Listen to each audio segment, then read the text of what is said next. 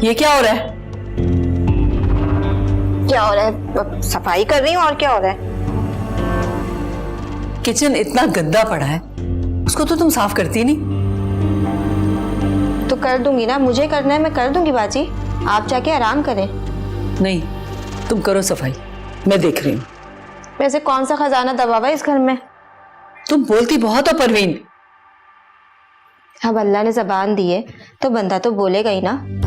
एक आप ही हैं बाजी जिनको मेरा काम पसंद नहीं है, वरना मेरा पूरा खानदान जानता है कि परवीन सफाई में कितनी सुघड़ है।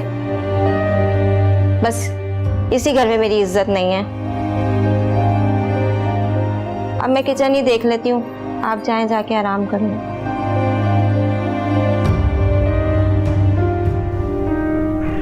क्या आपको अचानक बैठे बिठाए शॉपिंग का ख्याल कैसे आ गया? यार शॉपिंग सिर्फ एक बहाना है।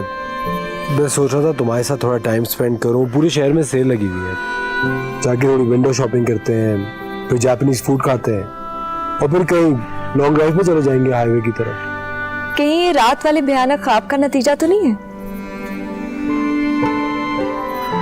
अगर उस ख्वाब का नतीजा भी है तो फिर तो गंगा उस ख्वाब की ताबीर उलट हो गई ना।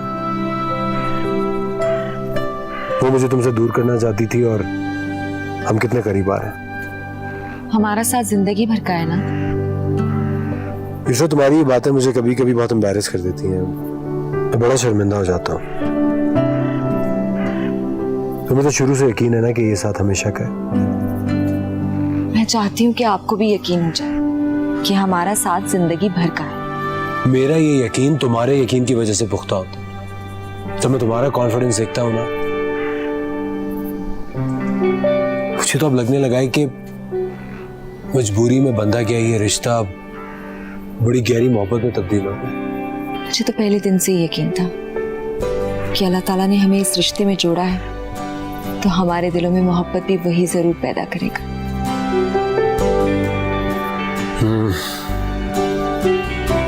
अब चले?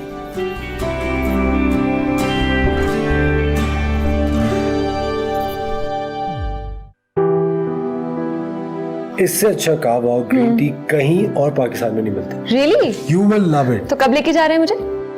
अभी चलते हैं? अभी? हाँ, लेट्स गो। खुला होगा। सीरियसली? हाँ। खाने के बाद ना, अरे चाबी भूल आया। I am waiting. Oh hello, what a surprise. तुम यहाँ? वैसे बड़ी हिम्मत है तुम्हारी, इतना सब कुछ हो जाने के बावजूद भी तुम ऐसे घटिया इंसान के साथ फिर रही हो। अपनी जबान संभाल के बात करो, समझे? वैसे किस बात का गुस्सा है तुम्हें? तुम्हारे शौहर के लिए मेरे पास इससे अच्छे अल्फाज नहीं है। वैसे गैरत और इज्जत तुम्हारे घर से भी गायब होगी। पता भी है तुम्हें कि किन लोगों के घर में जगह दी है तुमने? तुम अपने काम से काम रखो। हमारे घर में क्या हो रहा है और क्या नहीं, ये तुम्हारा मसला नहीं है। वैसे ये मसला तो सबका है कि इस किस्म की बेहयाई कोई इस माशरे में बर्दाश्त नहीं करने वाला। किस बेहयाई की बात कर रहे हो तुम? अगर ये माशरा तुम जैसे घटिया लोगों को कबूल कर सकता है तो राबी का जुर्म भी माफ कर सकता है, समझे तुम? क्या हुआ है? क्या बात हुई है? तुम्हारा मसला क्या है? औरों की जिंदगी में इंटरफेयर करना तुम अपना फर्ज समझते हो? दूसरे जब किसी का हक मार लेना तो उनकी जिंदगी में दखल देने का हक बनता है। बकवास बंद करो अपनी। छोड़िए इसे, इसका तो काम ही यही है। इसको तो किसी की इज्जत करना आता ही नहीं है। इज्जत का दर्स तो तुम रहने ही दो दूसरा। और तुम्हें इज्जत का मतलब भी पता है? बड़ी बहन के साथ शादी की हुई है और छोटी के साथ मुंह काला। फारिस, आपको मेरी कसम, प्लीज चले यहाँ से, प्लीज मेरी कसम, आपको प्लीज चले। और किधर भाग रहे हो डरपोक? तुम वापस आओ, तुम्हें सबक सिखाऊं।